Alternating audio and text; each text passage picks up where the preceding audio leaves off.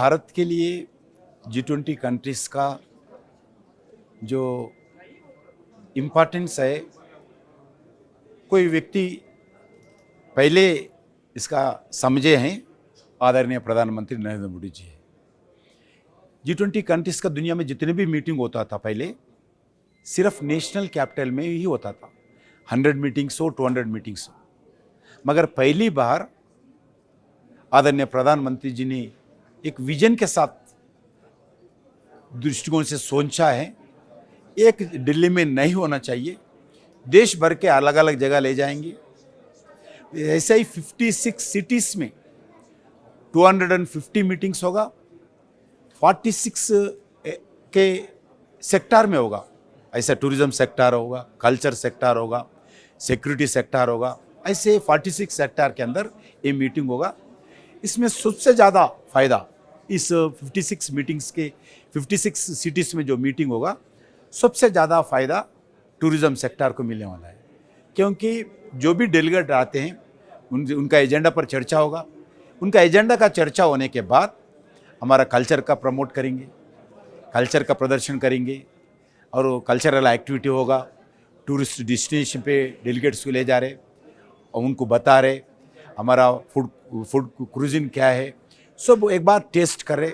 वैसा आने वाले दिन में आदरणीय प्रधानमंत्री जी का इच्छा है, जो लोग डेलीगेट्स बनकर भारत आते हैं लगभग 250 मीटिंग्स में, सभी डेलीगेट जो वापस जाते वक्त जो अच्छे हमारा अतिथि देवो भव के नाम पर जो हम उनको स्वागत करते हैं, उनको फैसिलिटीज़ देते हैं, उनको रेस्पेक्ट देते हैं, उनको हमारा भारत का कल्चर के बारे में, भारत के भाषा के बारे में, भारत का वेशा के बारे में, भारत का टूरिस्ट डेस्टिनेशन के बारे में, जितने भी मॉन्यूमेंट्स है, more than 1 lakh monuments Bharat में है। हमारा सिर्फ गवर्नमेंट ऑफ इंडिया ASI के पास 3600 मॉन्यूमेंट्स है, जो तो ताजमहल होगा, अजंता एलोरा होगा, हम्पी होगा, गोलकोंडा पोर्ट होगा, चार मीनार होगा, वैसे 3600 है। जितने से ज़्यादा हो सकता है उनको बताएंगे, ब्रांडिंग करेंगे, प्रमोट करेंगे, प्रमोशन करेंगे। जो लोग देखेंगे वो अपने देश के वापस जाने के बाद बताएंगे भारत इतना बढ़िया हिस्टोरिक स्टेट है, भारत का विरासत के बारे में बताएंगे, भारत का टूरिज्म डेस्टिनेशन के बारे में उनके देश में वापस जाके बताएंगे। ये हमारे लिए, देश के लिए एक बड़ा इन्वेस्टमेंट का, एक G20 कंट्रीज़ का एक पोटेंशियल होगा। जम्मू कश्मीर में भी जब मैं राजनीति में आया हूँ, जब से भी देख रहा हूँ, मैं एक यूथ विंग कार्यकर्ता के नाते काम करता था, जब से ही जम्मू कश्मीर में टूरिज़्म ख़त्म हो गया था।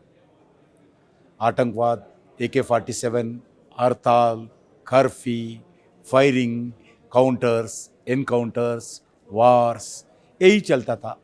हज़ारों लोग, भारत के सिक्योरिटी हो, सिविलियंस हो, इसमें शहीद होना पड़ा। आज मैं एक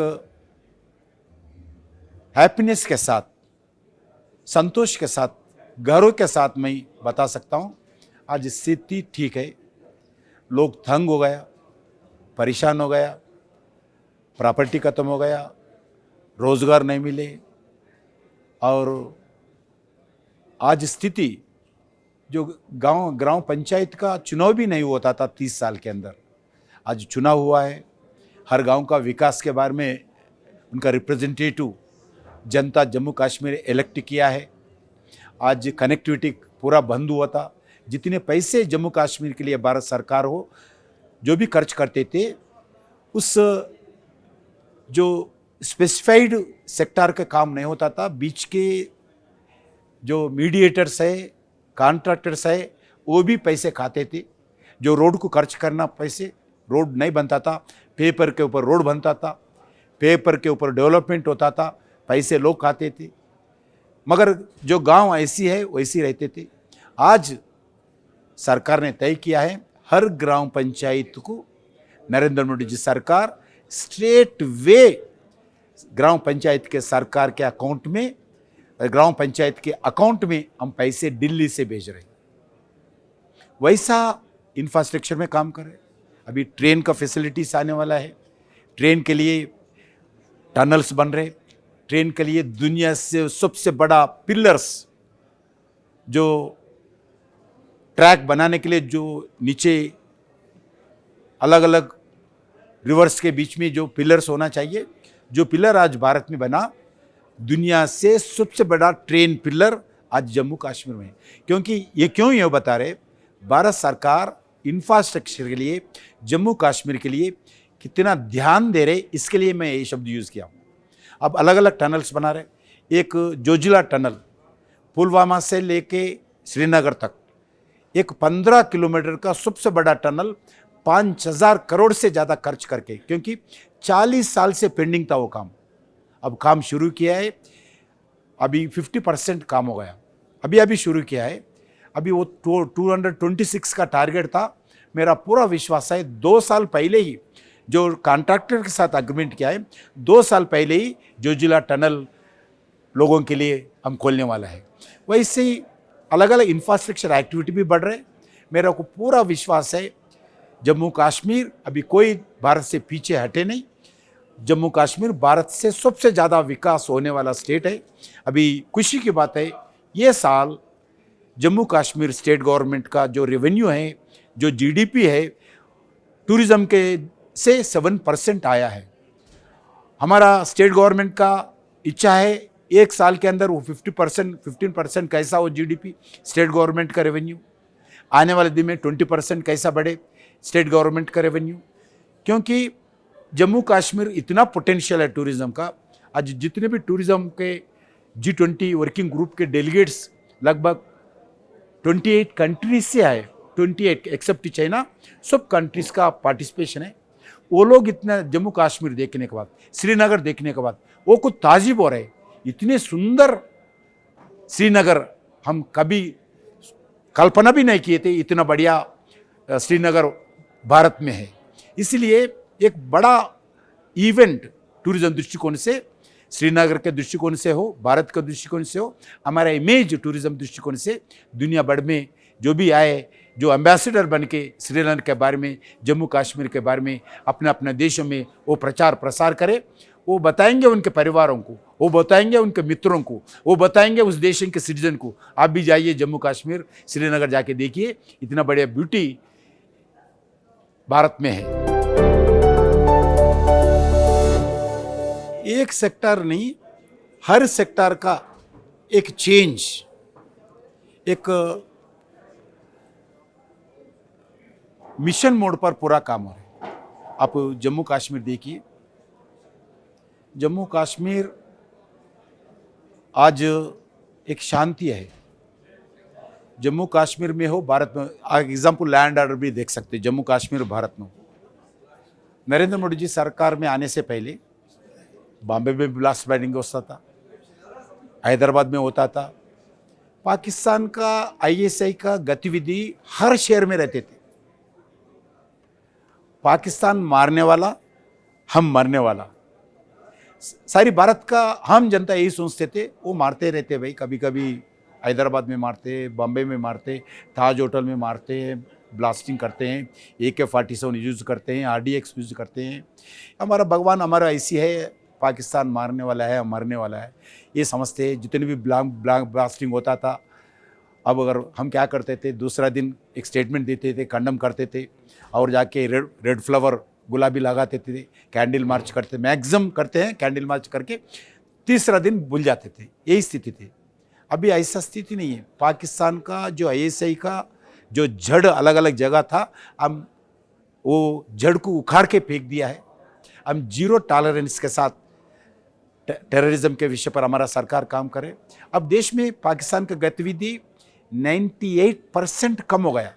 ISI के एक्टिविटी 98% कम हो गया। जो इंसिडेंट्स नहीं हो रहे देश में, जो बॉर्डर एरियाज में कुछ कुछ अलग अलग जगह हो रहे, वो भी अभी काबू में आया है।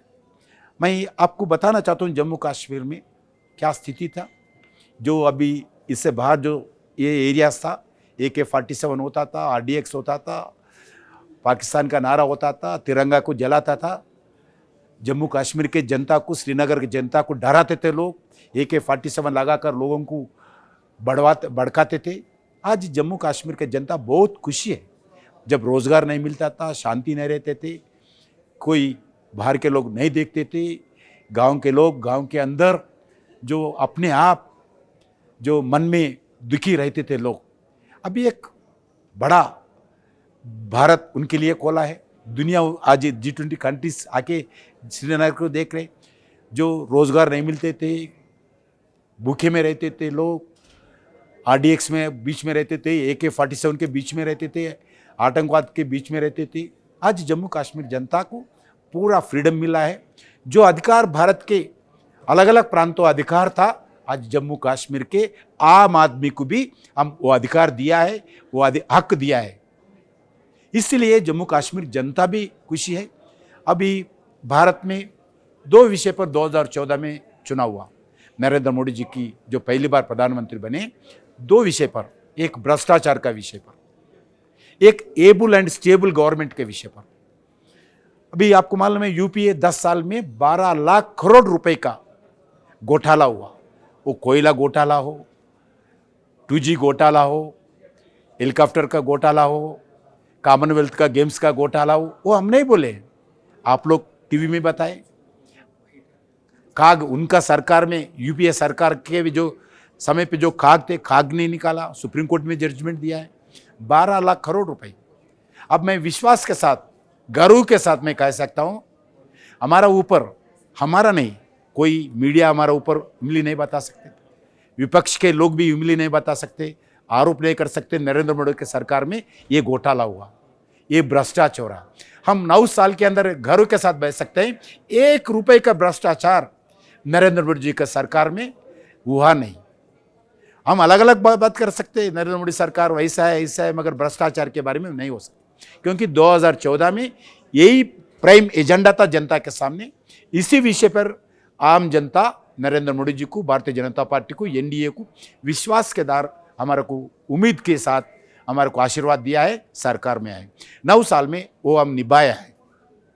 दूसरा विषय, सेकंड इंपॉर्टेंट विषय था able leadership, stable government.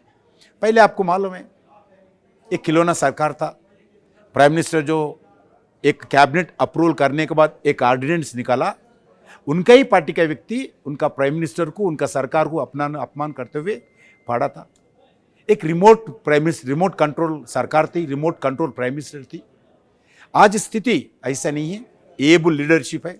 Not only Bharat, सारी दुनिया में एक इंपॉर्टेंट लीडरशिप भारत दे रही है। 140 करोड़ आज दुनिया का इंपॉर्टेंट देश बन गई है। हर विषय पर, दुनिया भी जो भी विषय होता है, अब देखो दुनिया में अलग अलग मीटिंग्स है, G20 कंट्रीज का जैसा मीटिंग होता था, आज G70 कंट्रीज में मीटिंग को प्रधानमंत्री गए हैं। पहले क्या रहते थे, एक ग्रुप फोटो होता था, पूरे प्राइम मिनिस्टर्स का, प्रेसिडेंट्स का ग्रुप फोटो होता था। हम देखना पड़ेगा हमारा प्रधानमंत्री कौन सा लाइन पे है, 4था लाइन पे है, 7वां मंजिल में लाइन पे है, 9th लेवल पे है, और कोने पे रहते थे। देखना पड़ेगा हमारा प्राइम मिनिस्टर को, किधर है हमारा प्राइम मिनिस्टर। आज स्थिति क्या है, फ्रंट रो पे, सेंटर पे रहने वाला कोई व्यक्ति है, वो भारत का प्राइम मिनिस्टर है।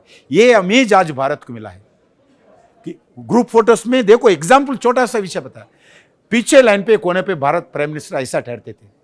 आज छाती तान कर पहले रो पे बीच में ठहरने वाला कोई प्रधानमंत्री है, 140 करोड़ जनता का रिप्रेजेंटेटिव बनकर आज दुनिया के सामने छाती तान कर हमारा प्रधानमंत्री ठहरते। ये आज भारत में ये इंप्रूव हो गया, ये भारत का इमेज है हर सेक्टर पे। एक गांव में रहने वाले महिला को बैंक अकाउंट खोलने से लेकर, एक गरीब घर में टॉयलेट बनाने के लेकर, एक वंदे भारत ट्रेन तक, एक नया एयरपोर्ट्स खोले तक, आज भारत हर सेक्टर पे विकास हुआ है। यही 9 साल का नरेंद्र मोदी जी सरकार का विकास के रास्ते पर और गर्व के साथ एक दुनिया के अंदर, देश के अंदर एक गर्व के साथ हम आगे बढ़ सकते हैं, विकास हो सकता है। आज FDIs, अलग अलग देशों के लोग भारत आना चाहते हैं, इन्वेस्टमेंट करना चाहते हैं। हम पहले जाते थे, जो भी हमारा प्राइम मिनिस्टर विदेश को जाते ना, कौन सा देश हमारे को लोन देते हैं, एड ढूंढते रहते हैं। अभी ऐसे नहीं है, हम गरीब लोगों को सेवा कर रहे हैं, गरीब देशों को सेवा कर रहे हैं। आप देखो कोरोना में क्या स्थिति था। मैं अब जब वो MOSO में काम करते थे, अलग अलग देशों में अलग अलग आर्टिकल्स आते थे। अगर कोरोना भारत में आए तो 50 करोड़ लोग मरेंगे। कितने लोग मर ले बात सकता है, कोई कंट्रोल नहीं होगा भारत में, क्योंकि पॉपुलेशन इतना बड़ा पॉपुलेशन दुनिया में है, दुनिया के अंदर बड़ा पॉपुलेशन भारत में है। इधर डॉक्टर्स नहीं है, हॉस्पिटल्स नहीं है, बेड्स नहीं है, मेडिसिन नहीं है, लोग यूनिटी नहीं है, कोई का बात कोई सुनते नहीं, मास्क नहीं लगाते हैं, अलग अलग पार्टीज है, अलग अलग भाषा है, अलग अलग आइडियालॉजी है, अलग अलग रिलीजन्स है, ये लोग कोई कंट्रोल नहीं हो सकता। कोरोना भारत में आए तो करोड़ों करोड़ों लोग मर जाएंगे। क्या स्थिति है?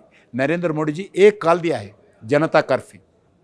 एक कॉल देने से रिलीजियस से ऊपर आकर, प्रांत से ऊपर आकर, आइडियालॉजी से ऊपर आकर, भाषा से ऊपर आकर 140 करोड़ लोग घर के अंदर जनता कर्फ्यू के अंदर रहकर हम एक यूनिटी है, मोदी जी के जो नारा है वो नारा के आधार पर हम काम करेंगे, कोरोना को से हम भारत को बचाएंगे। ऐसा नरेंद्र मोदी जी के नेतृत्व में अब वैक्सीन देखो, भारत का जो वैक्सीन है दुनिया के सबसे बड़ा उत्तम वैक्सीन, बेस्ट वैक्सीन भारत में कहीं भी कल्पना कर सकते क्या? इतना बड़ा उत्तम वैक्सीन अमेरिका जैसे देश भी भारत के वैक्सीन के लिए तड़पड़ा रहे। मोर देन 100 कंट्रीज को हम फ्री वैक्सीन दिया है, अलग अलग कंट्रीज को, developed countries, we are not developing country, developed countries भी भारत वैक्सीन के लिए क्यों ठहरा है। ऐसा स्थिति भारत में, एग्जाम्पल बताया, हर एंगल पर आप देख लीजिए, आप टूरिज्म सेक्टर हो, इंफ्रास्ट्रक्चर हो, नेशनल हाईवेज हो, जो अलग अलग सेक्टर में आज काम करें।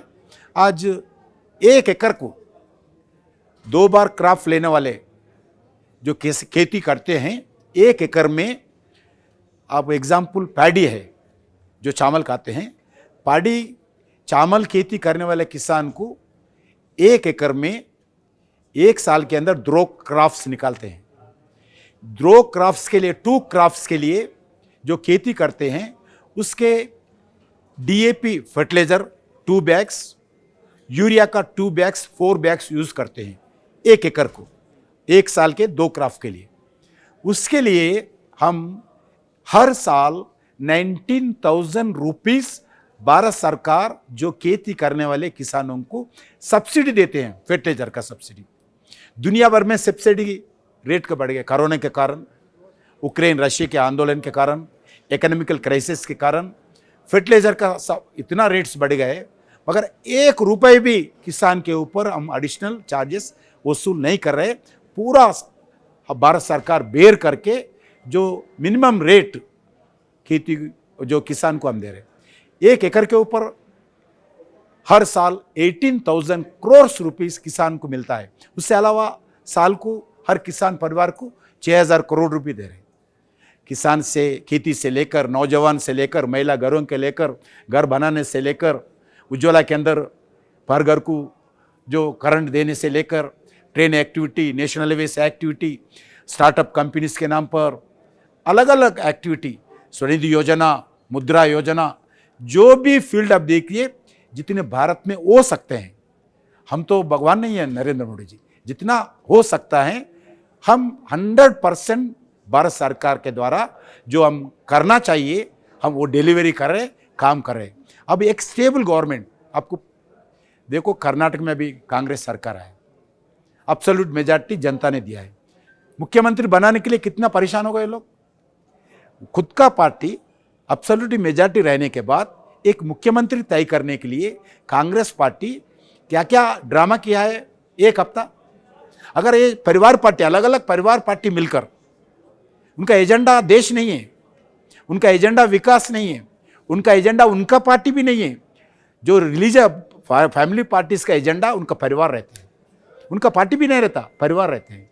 ऐसे फैमिली पार्टीज, परिवार पार्टीज मिलकर आज नरेंद्र मोदी जी के खिलाफ हम एक होते हैं, एक यूनिटी होते हैं। इतना बड़ा देश, इतना अलग अलग समस्या है, देश अभी दुनिया में एक नाम कमा रहे, अब विकास के तरफ हो रहे।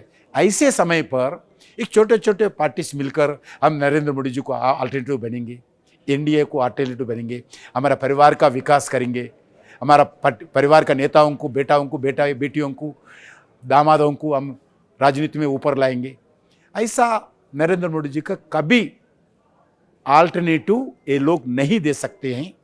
सिर्फ आज जो स्थिति है भारत में, विकास के रास्ते पर आगे बढ़ रहे, वैसी समय पर नरेंद्र मोदी जी ही देश के जनता के सामने अल्टरनेटिव होगा।